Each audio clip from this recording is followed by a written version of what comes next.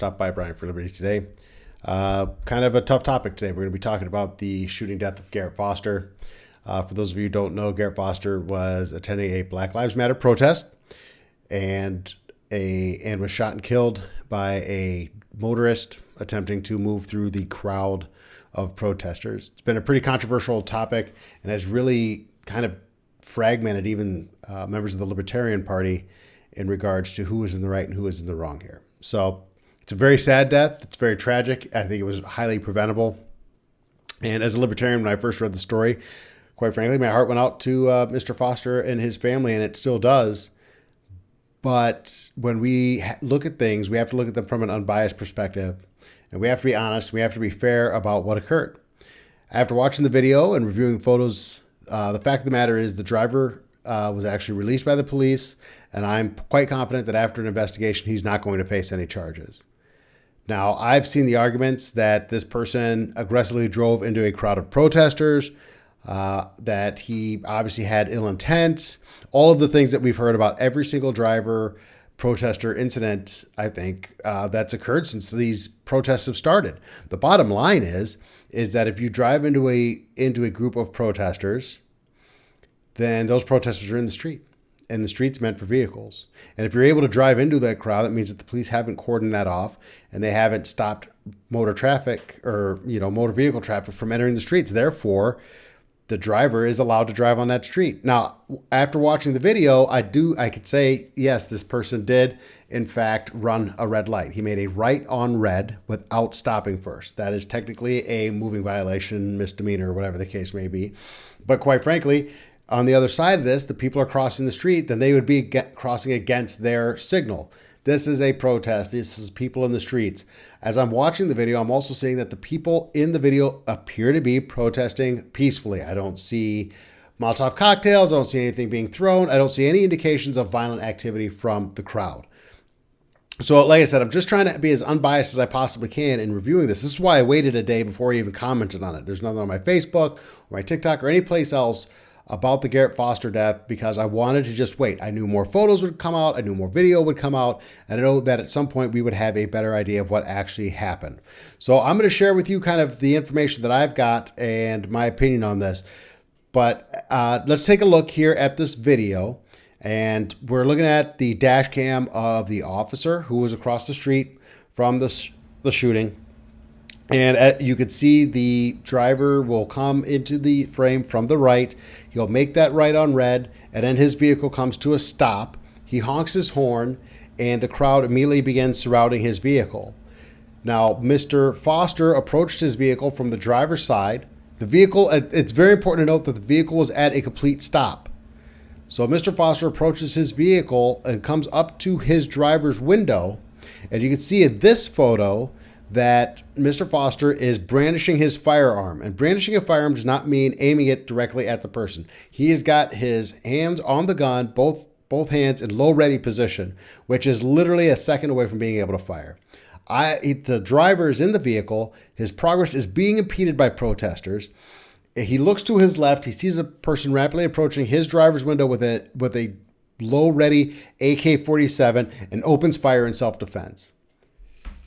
That's how I interpret this. And I don't think there's another way to view it. I don't think that you can look at this and say, yeah, that this person had ill intent. First of all, the driver, nobody's claiming to having been hit or injured by the vehicle.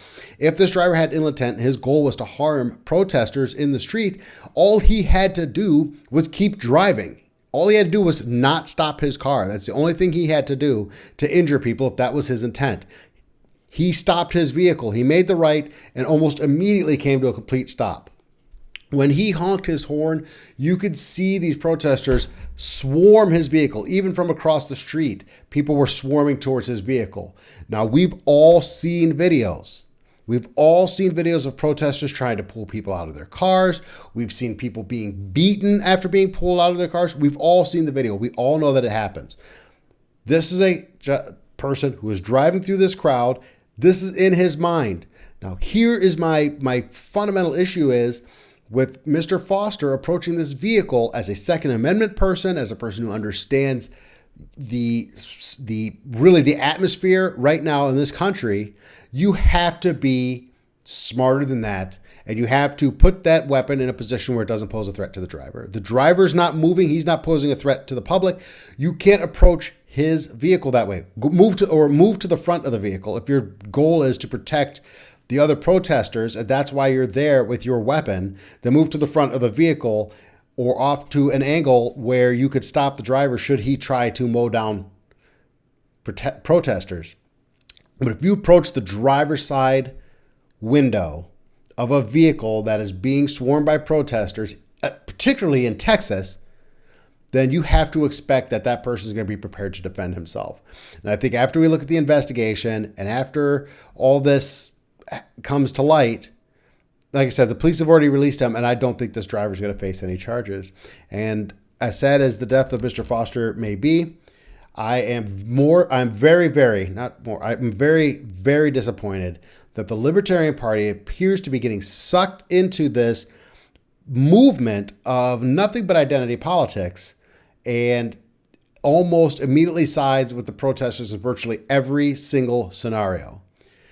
Donald Trump is sending troops to, first of all, the word troops, sending troops to Portland to defend a federal courthouse. First of all, the word troops isn't even appropriate. It's federal police. The Libertarians, jackbooted thugs. You're not on the ground there. You don't know if these protesters are starting fires. You don't know if they're doing damage to the buildings. You're taking whatever account you're getting is probably biased in some way on either side. The Black Lives Matter movement in and of itself, its name is divisive. It is a pure play on identity politics. The movement is not doing any good for black people in this country. They're not in the streets. They're not sitting on a dangerous corner in Chicago like Mothers Against Senseless Killings, who gets no press, by the way, whatsoever, who nobody seems to care about. Black Lives Matter isn't helping black people. We're pushing police out of the most violent communities in the country.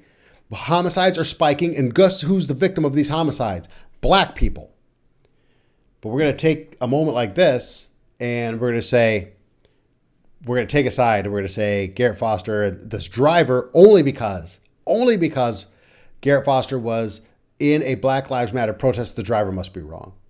In any other scenario, if I describe the events to you, you would look at this and say the driver absolutely had a right to defend himself, and that's what was happening.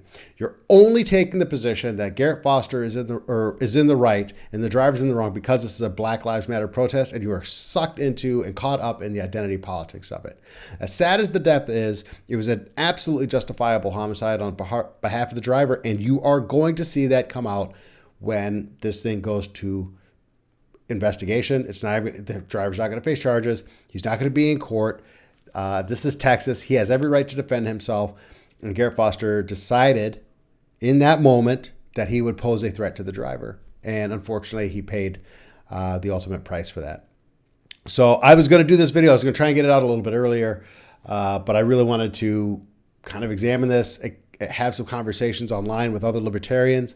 And quite frankly, I'm just not finding anybody who's willing to step back and take an unbiased look at this and set the protests and the emotions aside and watch the video, look at the photos and say, okay, yep, this is actually what happened. I know this is what happened. And I think that's very sad. I think it's sad for Mr. Foster. I think it's sad for the driver. And I think it's very sad for the party in general. So I wanted to get this video out. I know many of you may not agree with me. Please hit me in the comments. I'd be happy to discuss it with you. Please like, share, and subscribe to the video if you agree with my content. And thank you very much for coming by. And as always, I will see you next time.